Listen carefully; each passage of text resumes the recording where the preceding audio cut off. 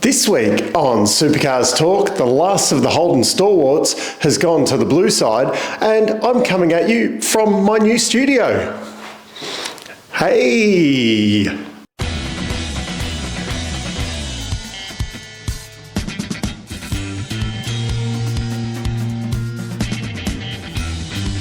The big news this week is that Garth Tander, the last of what I would call the Holden stalwarts, has announced that he's going to go and race co-drive with the Groves next year.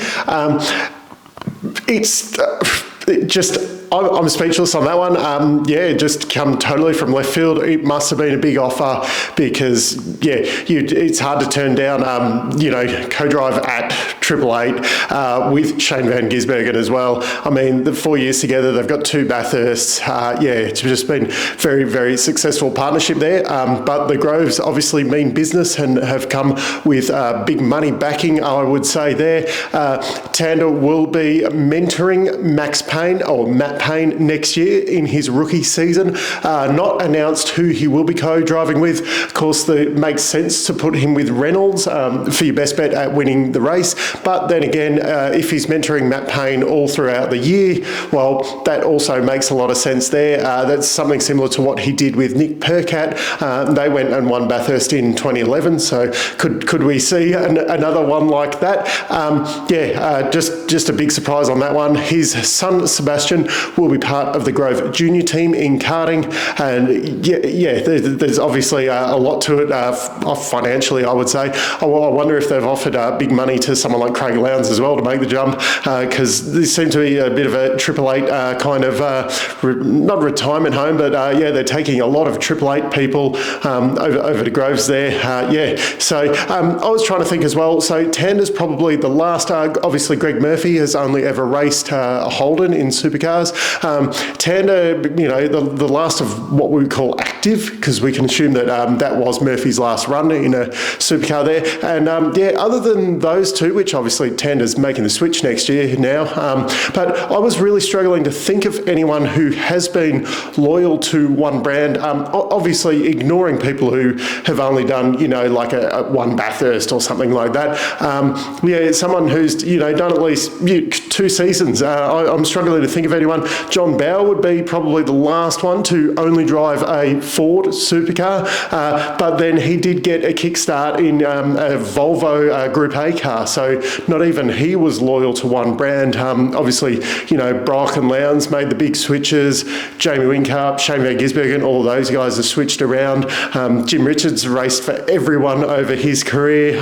Dick Johnson probably, other than the fact supercars, once again, only in a Ford, but he did start off in a Tirana as well. So, let me know down in the comments if you can think of anyone that has been loyal to one brand, and obviously Tander's off that list now. The only one I can think of is Greg Murphy. Matt Stone Racing has announced that they are going to be pulling out of Super2 next year.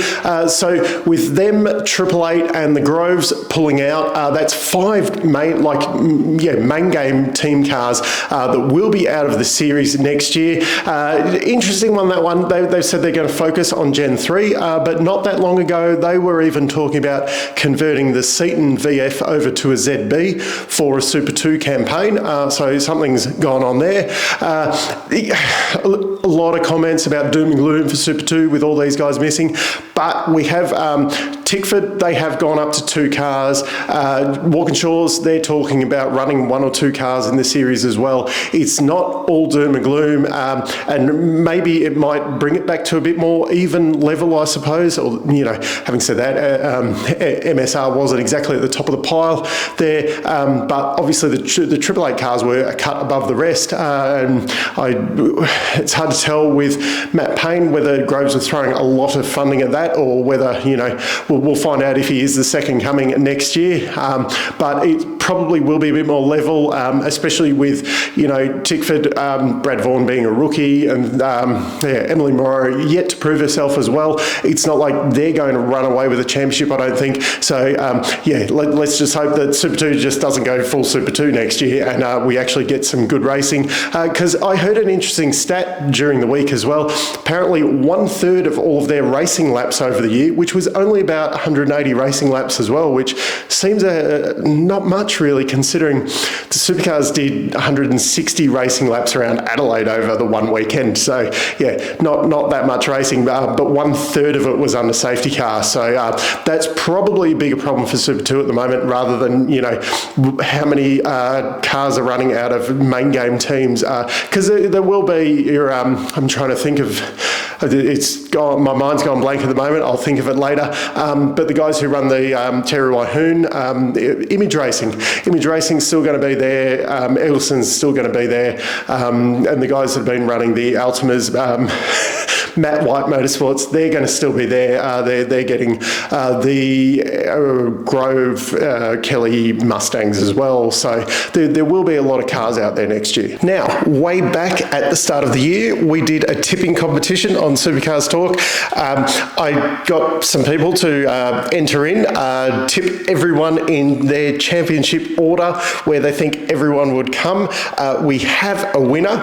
It was a bit of a difficult one because there was quite a few that tipped Shane Van Gisbergen for the win, but then after that it was kind of everywhere, all over the place, so it was very hard to decide, you know, whether having, you know, Will Davison in 6th versus Anton in 5th, you know, whether that was a decide. So what I decided was whoever got the most in the correct position overall, that was who was going to win. And big congratulations to Max Jones, who's actually been a viewer for a very long time on this channel. 7 in the correct position. That was the winning entry. So drop me an email with the mug of your choice and where you want it sent out to, and I'll get that into the post for you. For the record, my tips, I got 1 in the correct position. That was Brodie Kostecki.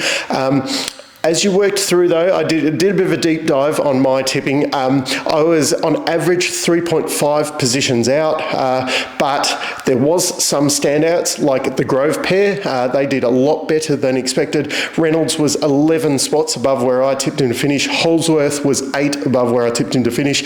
And then obviously the disappointments of Nick Percat, 10 behind where I tipped him, and Randall, 13 positions out of whack. So that really buggered up my averages there. Most of them I was kind of 1 or 2 spots out. Like I put Mostert for the win with Shane Van Gisbergen in 2nd. So yeah, they were, 1 and 2 spots out. I had Waters in 3rd, who was 1 spot out, things like that. So yeah, that's that's it for the tipping for the year.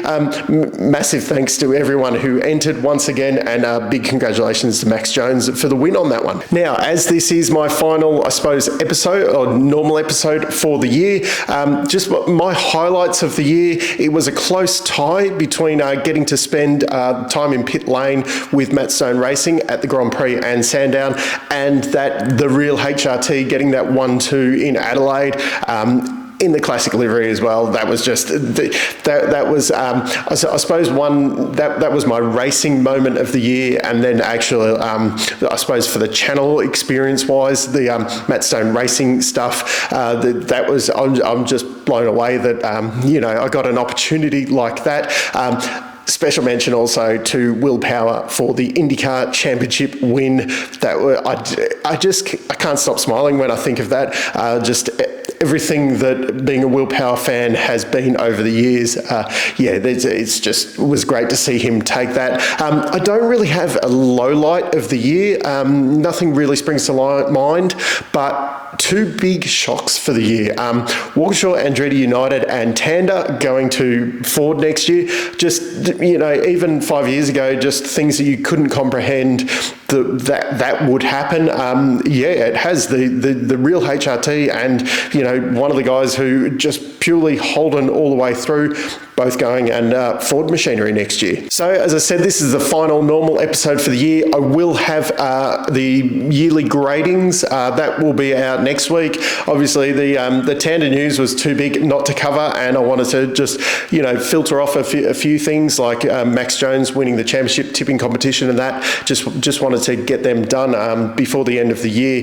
Just a massive shout out to the channel members, just your support, that blows me away all the time. And everyone who has wished me well with my health stuff, I am feeling a hell of a lot better. The medication is working. It's making a big difference.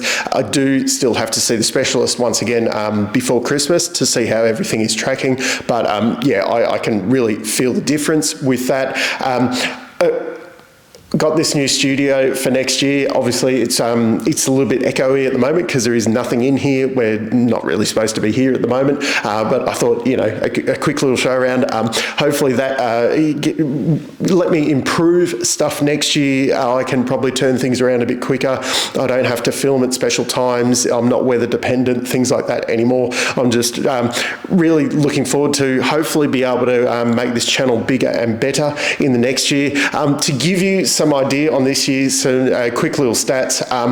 Next week, the gradings will be the 74th Supercars Torque video for 2022. So that is over one every week. So a lot of weeks there. That's on average about 1.5 each week. And we will be having a quiz for backseat drivers this Thursday. The live stream that we do, this will be the last one that I do stream on Supercars Torque as well. Next year, it will be a full standalone backseat drivers. That will be the 40th episode of the year. For that, I did miss, I think I only missed one while I was sick. I've been on holidays and things like that. It's just great with the support, and that with that show too, that's 114 videos for the year. So that is over 2 a week when you add in all of that. But just absolutely blown away by all the support from everyone.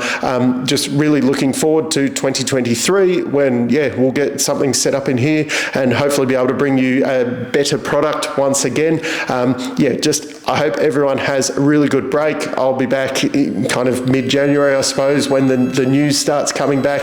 We'll have some specials hopefully recorded by then as well. Just really looking forward. Thanks once again for all your support this year. And until next time, I'm still Dave, and I'll catch you later.